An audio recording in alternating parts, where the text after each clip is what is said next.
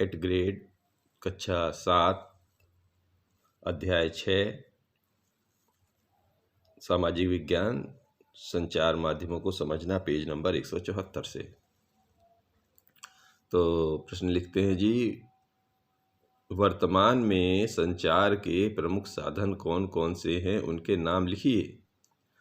तो वर्तमान में संचार के प्रमुख साधन हैं फोन, रेडियो, टीवी, अखबार, इंटरनेट आदि।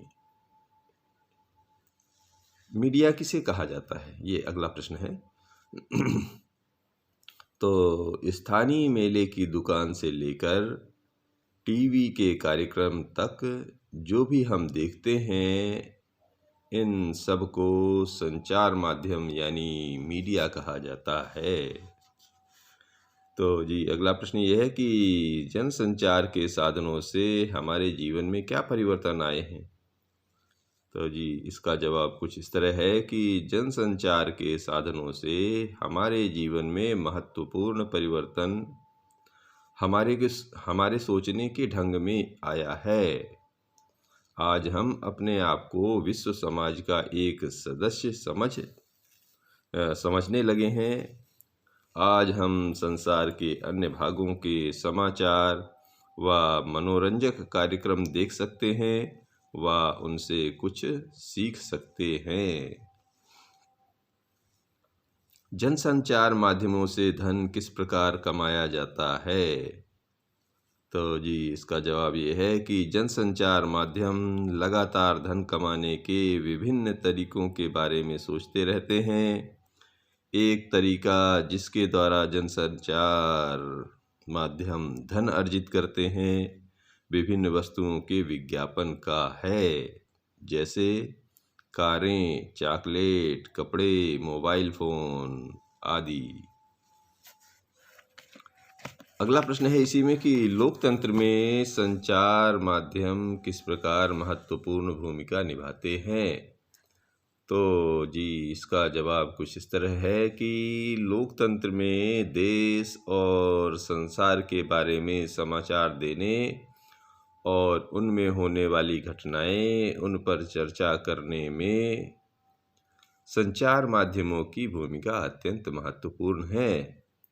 उदाहरण के लिए संचार माध्यमों से नागरिक जान सकते हैं कि सरकार किस प्रकार काम कर रही है। अगला प्रश्न लीजिए, लोकतंत्र में स्वतंत्र संचार माध्यम का होना क्यों आवश्यक है।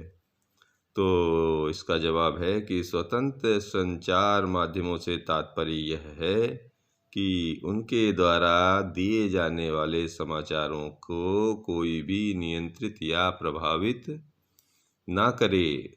समाचार का विवरण देने में भी कोई उन्हें निर्देशित ना करे कि उनमें क्या सम्मिलित किया जाना है और क्या नहीं। इसलिए लोकतंत्र में संचार माध्यमों का होना अत्यंत महत्वपूर्ण है। अगला प्रश्न लीजिए कि दूरदर्शन पर दिखाए जाने वाले कार्यक्रम हमारे जीवन को किस प्रकार प्रभावित करते हैं। तो जी हमारे चारों ओर की दुनिया के बारे में बहुत से विचार जो कुछ हम टीवी पर देखते हैं उसी से बनते हैं। यह दुनिया देखने वाली खिड़की की तरह है। अधिकांशतः इसमें वे ही कार्यक्रम दिखाए जाते हैं जो अधिकतम दर्शकों को आकर्षित कर सकें। इस तरह ये हमारे जीवन को आकर्षित करते हैं। स्थानीय समाचार पत्र के रूप में स्थानीय संचार माध्यम के रूप में समाचार पत्र का महत्व लिखिए। कि तो जी इसका कुछ इस तरह जवाब लिखना है कि यह जानकर कि संचार माध्यम उन छोटे छोटे मुद्दों में रुचि नहीं लेंगे जिनका संबंध साधारण लोगों और उनके जीवन से है। इसलिए कई स्थानीय समूह स्वयं अपना संचार माध्यम प्रारंभ करने के लिए आगे आए हैं। उदाहरण खबर लहरिया नामक समाचार पत्र जो उत्तर प्रदेश के चित्रकूट जिले की 8 दलित महिलाओं द्वारा हर 15 दिन में निकाला जाता है। स्थानीय बुंदेली भाषा में लिखित इस 8 पृष्ठ के समाचार पत्र में दलितों से संबंधित विषयों, स्त्रियों के प्रति हिंसा और राजनीतिक भ्रष्टाचार से संबंधित रिपोर्ट होती है। अगला प्रश्न लेते हैं कि मास मीडिया से क्या आशय है। मास मीडिया के 3 साधनों के नाम लिखिए। तो जी, संचार माध्यमों के ऐसे स्वरूप जिनकी पहुंच लाखों लोगों तक है, देश और विदेश के जनसमूह तक है, ऐसे संचार माध्यमों को मास मीडिया कहा जाता है। मास मीडिया के 3 साधन हैं, टीवी, रेडियो और अखबार।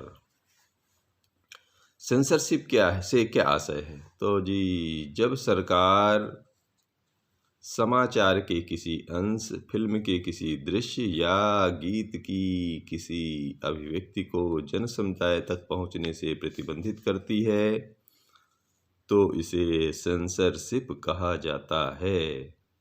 भारत के इतिहास में ऐसे भी समय आए हैं जब सरकार ने संचार माध्यमों के ऊपर सेंसर लगाया।